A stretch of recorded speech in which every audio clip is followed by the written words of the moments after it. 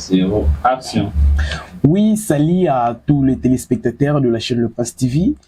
Et je vous salue tous, c'est toujours votre assistant Chris Ibama et aujourd'hui, je suis là toujours pour continuer avec notre cours de la dissertation. Alors, j'espère on avait déjà la fois dernière clôturé avec les introductions et aujourd'hui, je vais prendre quelques parties qui vont nous amener tout justement au développement.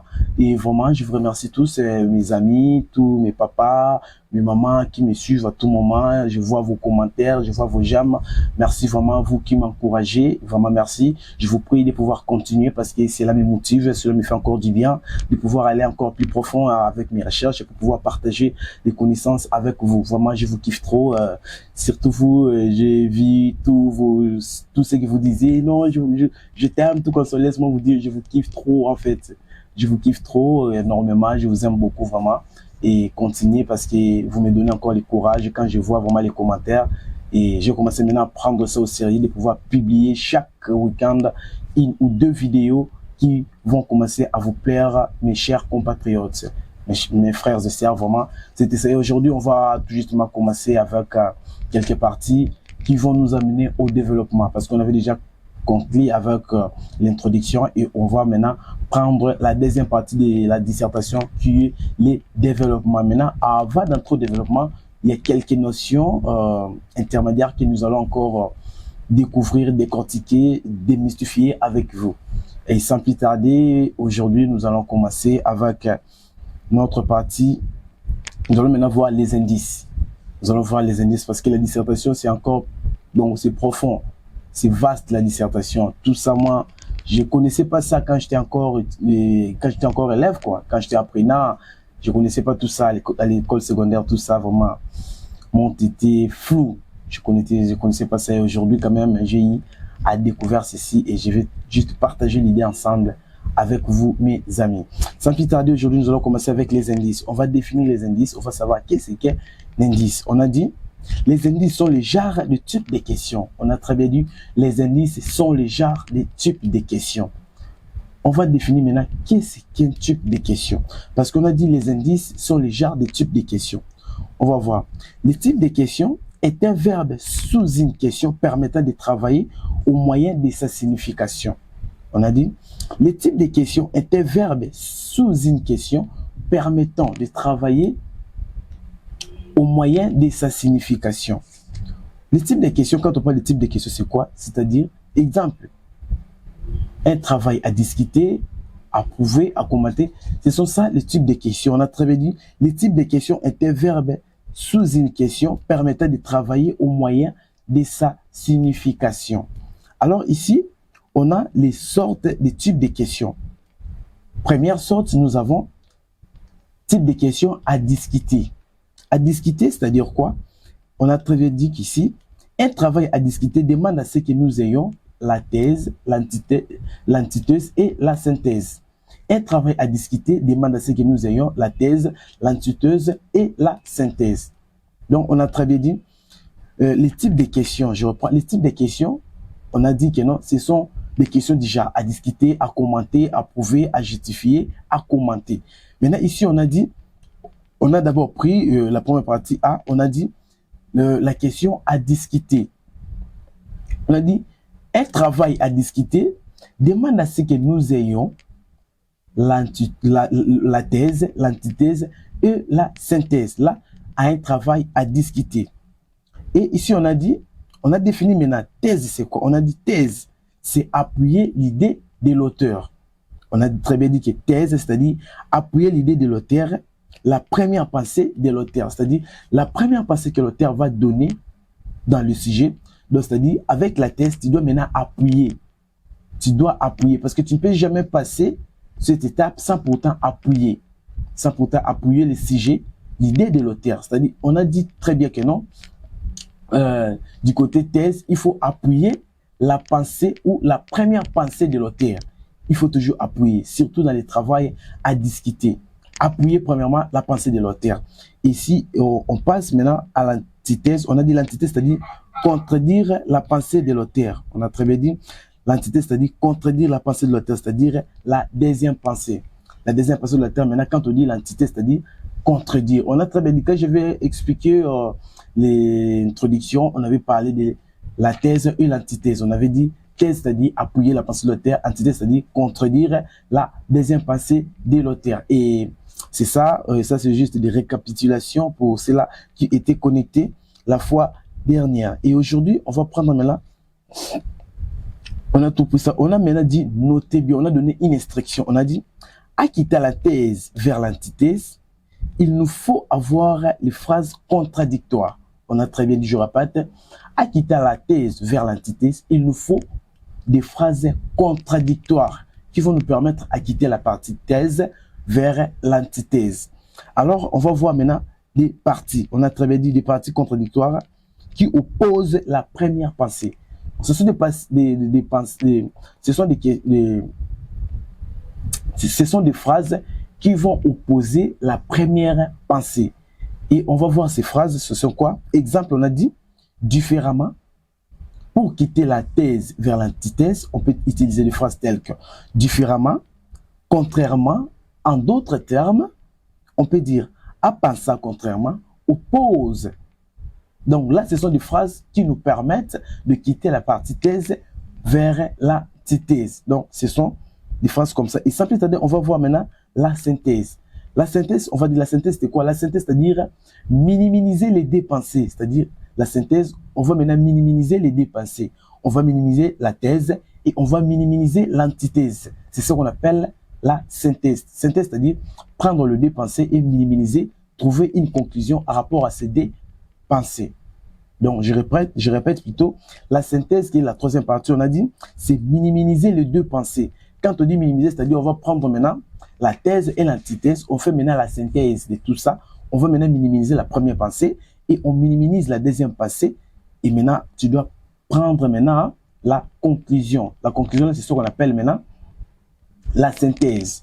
Tu prends maintenant ta synthèse et c'était ça. On a encore ici la partie B qui est développement et commenter. Là, on était toujours du côté questions, le type de questions à discuter.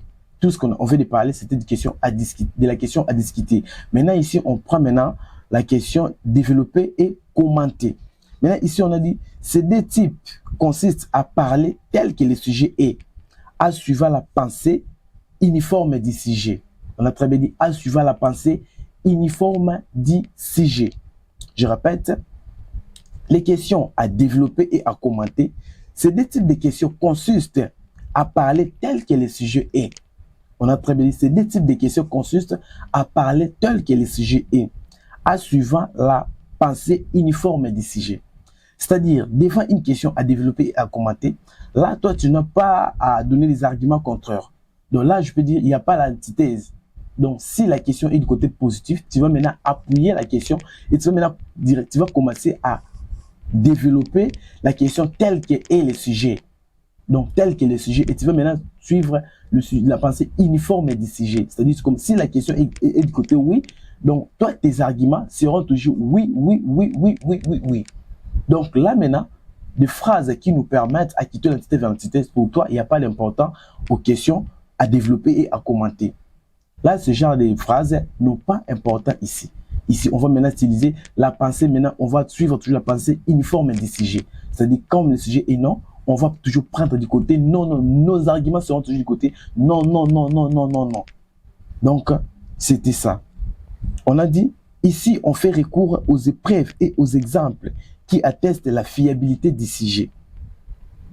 Là, c'est la partie, ce qui est à prouver et à justifier. On a dit, des types de questions à prouver et à justifier. Ici, on a dit, on fait recours aux épreuves et aux exemples qui attestent la fiabilité du sujet.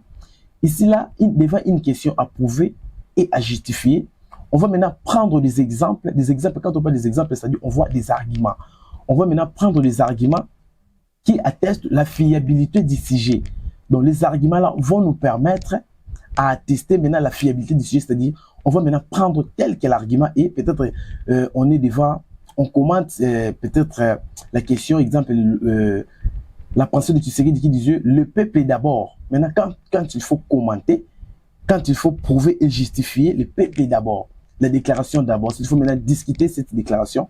Maintenant, là, nous allons commencer directement à prendre des exemples et des épreuves qui attestent maintenant la fiabilité du sujet peuplé d'abord. Donc, c'était vraiment ça, une question prouvée et justifiée.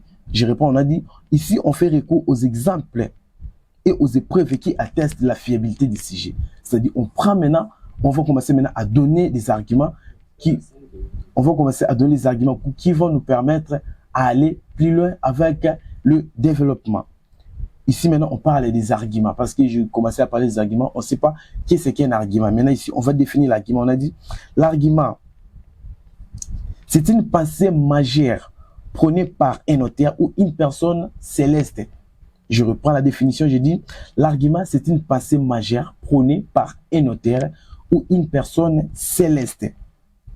Donc là, on parle de l'argument. Quand on dit exemple, je dis les auteurs majeurs, je peux dire Jean-Jacques Rousseau, je peux dire David Diop.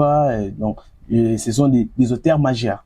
Et les auteurs célestes, je peux dire comme Dieu, Jésus-Christ, le personnel biblique, ce sont des auteurs célestes et puis célèbres. Maintenant, ici, on va voir formule pour introduire la pensée de l'auteur. On a dit formule pour introduire un argument. Pour introduire un argument, nous avons des questions. Si on ne connaît pas les noms, ici on a, si on ne connaît pas les noms de l'auteur, c'est qu'on va dire exemple à titre exemplatif ou soit à titre d'illustration. Là, c'est quand on ne connaît pas les noms de l'auteur. J'ai très bien dit, quand on ne connaît pas les noms de l'auteur, s'il faut pousser un argument, la première des choses, on va dire à titre exemplatif, à titre d'exemplatif. Si on ne connaît pas encore les noms, on peut dire encore à titre d'illustration. Parce que là, tu donnes des exemples. Parce que tu ne connais pas les noms de l'auteur, ou tu ne connais pas les noms de la personne prônée plutôt. Là, on va dire à titre exemplatif, ou soit à titre d'illustration. On a dit, ces deux formules s'emploient lorsqu'on ne connaît pas les noms de la personne prônée.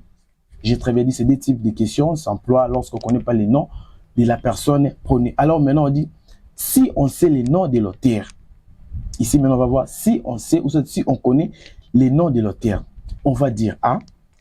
Prenons exemple l'auteur. Les auteurs, on a dit, c'est le cas de Tshisekedi dit les peuples d'abord. C'est le cas de Tshisekedi dit les peuples d'abord. B, on a dit, c'est de la part de M. Jean-Jacques Rousseau pronaqué, l'homme est né bon, mais la nature lui rend mauvais. C'est le cas de l'auteur Jean-Jacques Rousseau dit, l'homme est né bon, mais la nature lui rend mauvais. Visons la part de l'auteur David Diop qui disait que la guerre, je la hais. Donc là, maintenant, on a donné des formules lorsqu'on connaît le nom de l'auteur. C'est de la manière qu'on va s'introduire. Et ici, on va encore passer à la deuxième partie qui sont les indices. On a dit, il existe trois sortes d'indices. On a dit indice simple. Indice simple, c'est qu'on a dit indice simple est utilisé lorsqu'on parle d'un seul verbe. Indice simple est utilisé lorsqu'on parle d'un seul verbe. Exemple, à discuter, à commenter et à prouver. Là, je dis indice simple. Et nous avons encore les indices composés. On a dit, indice composé est utilisé lorsqu'on parle de deux verbes. Là, on parle de l'indice composé, c'est lorsqu'on parle de deux verbes. Exemple, discuter et prouver la pensée. Commenter et justifier cette monographie. Là, maintenant, on parle de l'indice composé. Et nous avons encore indice complexe. On a dit, les indices complexes nous fait recours à néant particulièrement la pensée de l'auteur. Exemple, on a dit, discuter les cas de Tshisekedi, le peuple d'abord. Ou soit, prouver la déclaration d'abord. Là, on a déjà les questions. On nous a déjà dit ce que nous allons dire. Et vraiment, c'était ça le cours d'aujourd'hui. Et aujourd'hui, j'avais dit, c'est juste quelques parties qui vont nous permettre d'aller au développement. Parce qu'avant d'abord, pour s'introduire au développement, il nous faut d'abord connaître tout ce que je viens de dire là, pour avoir déjà l'idée du développement. Parce qu'on ne peut jamais aller au développement sans pourtant connaître l'argument, sans pourtant connaître les indices. Donc là, ce sont les idées qui vont nous permettre à avancer, à améliorer, à aller encore plus loin au développement. Et je vous dis la fois passée, avant d'entrer au développement, nous allons voir définir les sujets, nous allons voir la phrase et nous allons voir quelques parties à la prochaine fois qui vont nous permettre de pouvoir bien d'entrer à notre développement. Vraiment, je vous Mais merci, c'était ça la leçon d'aujourd'hui. C'est toujours votre humble serviteur, l'assistant Chris Ibama Wiseman. Vous qui nous suivez, je vous prie toujours de ne pas oublier de vous abonner à notre chaîne, de commenter, d'aimer, de liker et de partager. Vraiment, cela nous fait toujours du bien quand vous agissez de la manière, nous motive encore, nous donne encore la force de pouvoir aller loin avec nos recherches pour pouvoir aider la population. Et c'était toujours là, Chris Ibama. Du côté technique, nous avons notre réalisateur, le Prince Gloria, et c'est lui le propriétaire de notre chaîne, Les Princes TV. Ciao.